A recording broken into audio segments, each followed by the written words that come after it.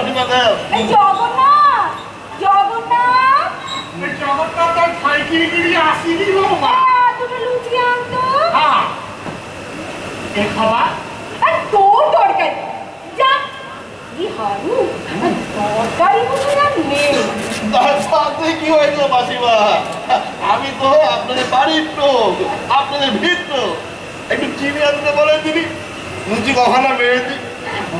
এই জগন্নাথ, আরে এই জগন্নাথ ও তো কইছি মা লুচি কম আছে দুই খাপ খেলাম। এই অনিতা দা টুরি দিদি খেয়ে যাইছেন না। আর তাতে কি হয়েছে, আরে বাড়ির ছেলে মেয়েরা প্যাট করে খাবে না তো কি বাইরের লোক খাবে? দেন মাসিমা লুচি দেন, লুচি দেন। ওর হাত থেকে খালি খেতে ইচ্ছে করছে। চেয়ারে বসি বসি ফুটানি মারছ হনুমান, তোর মতো নির্লজ্জ নছি। বাবু মা দিদি দাদা ভদ্রজব যে চেয়ারে খাইব সত্যি, তুই আজ সেই চেয়ারে বসি বসি ফুলকো ফুলকো লুচি খাওছি। তুই চাকর আছিস না? এই ভুবনেশ্বরে গেও তার ভেতরে যা। ভূত বলিবি না, ভূত বলিবি না।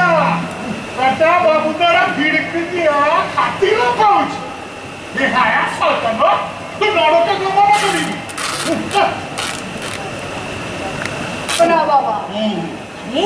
একই বাড়িতে তুমি একই সাথে কাজ করছো, ওটাই তো হিংসে হবে।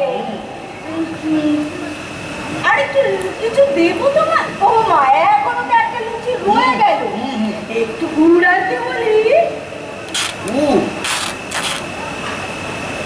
মাসিমা কালকে ওই ঝাড়পোছ করতে গিয়ে দেখি ফ্রিজের মধ্যে একটু পায়েস রাখা আছে, কিছু মনে না করলে দেন খাবো। পায়েস খাবে?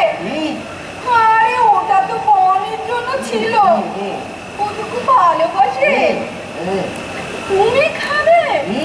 ঠিক আছে খাও। আরো আরে জগন্নাথ, আয় দেখে এদিকে। আর লুচি নাই মা, আর লুচি নাই। আরে না, ফ্রিজ খুলে পায়েসের বাটিটা দিয়ে যা, আর খাবে। আরে তুই তো মহাপাত করে তর্জ আছি মা। তোর ধর্মেরও ভয় নাই? আরে বেটার নবাব সিরাজউদ্দৌলা, এই বেটা ছুচোর, তুই পরমান্ন খাবো তো? হ্যাঁ পায়েস খাবো, যা নিয়ে আয়। এরপরে খাবি খেতে হবে বলে কই দিলা। মাসিমা